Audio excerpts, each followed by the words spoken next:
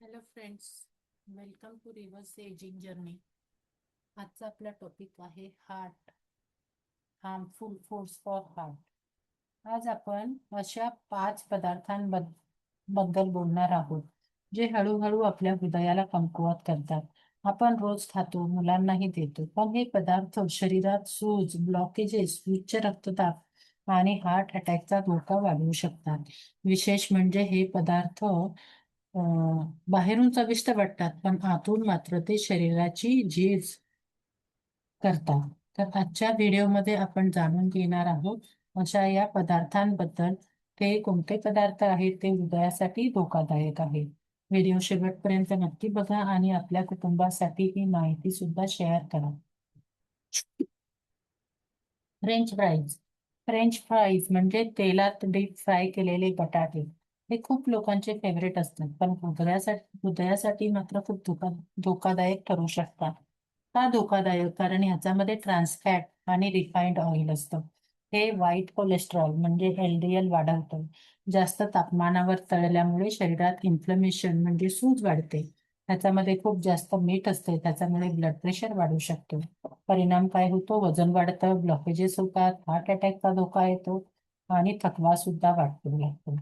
तर ह्याचा healthy option काय आहे? एअर फ्राय मध्ये आपण स्वीट पोटॅटोचे फ्राईज करू शकता किंवा भाजलेले मखाने खाऊ शकता. उकडलेले बटाटे त्याच्यावर मसाला, चाट मसाला वगैरे टाकून खाऊ शकता. सेकंड आहे energy drink. Can soup. Can soup. आजकाल इन्स्टंट सूप खूप लोक वापरतात कारण ते पटकन बनतं. पण हे कन्व्हिनियन्स फूड तुमच्या हृदयावर मात्र भार टाकू शकतो ना. यात काय असतं? यात खूप जास्त सोडियम भरपूर प्रमाणात असतं. एका सूपमध्ये दिवसभरासाठी लागणाऱ्या मिठापेक्षा जास्त मीठ असू शकतं. प्रिझर्वेटिव्ह आणि आर्टिफिशियल फ्लेवर्स असतात. हिडन शुगर आणि MSG असतं. तर त्याच्यामुळे काय होतं? तर हे शरीरामध्ये पाणी धरून ठेवतं, BP वाढवतं आणि सूज येते. मग शरीराला येते आणि किडनी आणि हृदयावर सुद्धा ताण होऊ शकतो. याच्यासाठी हेल्दी ऑप्शन काय आहे? तर आपण घरच्या घरी व्हेजिटेबल सूप बनवूयात, बीटरूट कॅरेट सूप बनवूया, मूगचं सूप बनवूया. आपण टोमॅटो सूप घरी बनवू शकता, ड्रमस्टिक सूप बनवू शकता. ताजं आणि घरचं अन्न हेच खरं औषध आहे. नेक्स्ट आहे एनर्जी ड्रिंक. थकवा आला की लोक एनर्जी ड्रिंक घेतात, पण ती एनर्जी शरीराला उधार घेतलेली असते. यात शुगर खूप जास्त प्रमाणात असते, ह्याच्यामध्ये कॅफेन असतं, आर्टिफिशियल स्टिम्युलंट असतात आणि याचा परिणाम काय होतो? मग हार्ट रेट वाढतं, BP अचानक वाढू शकतो, अँझिटी, झोपेची समस्या, हृदयावर ताण. काही लोकांमध्ये तर अचानक पॅल्पिटेशन आणि चेस्ट डिस्कम्फर्ट देखील असू शकतो. तर आपण हेल्दी ऑप्शन काय आहेत? लिंबू पाणी आहे, नारळ पाणी पिऊ शकता, ग्रीन टी पिऊ शकता, फळे घेऊ शकता, फळांचा ज्यूस घरी बनवून घेऊ शकता. नॅचरल एनर्जी नेहमी सुरक्षित असते. नेक्स्ट आहे प्रोसेस सॉस.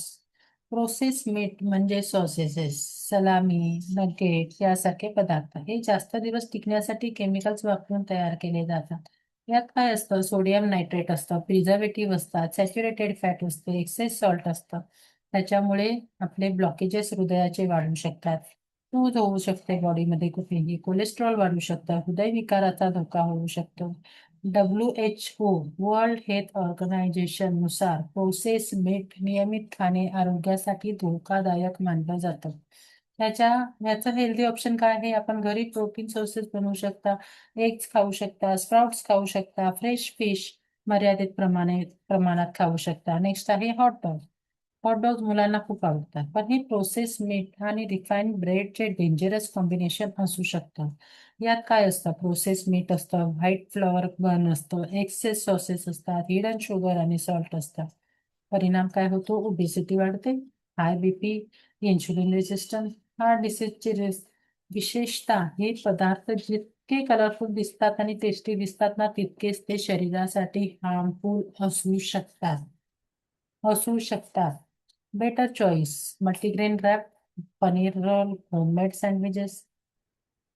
तर जर तुम्हाला हृदय निरोगी ठेवायचं असेल, हे मी तुम्हाला घाबरवून टाकण्यासाठी नाही सांगत आहे, तर तुम्हाला जर हृदय निरोगी ठेवायचं असेल तर आपली काळजी आपणच घ्यायला हवी.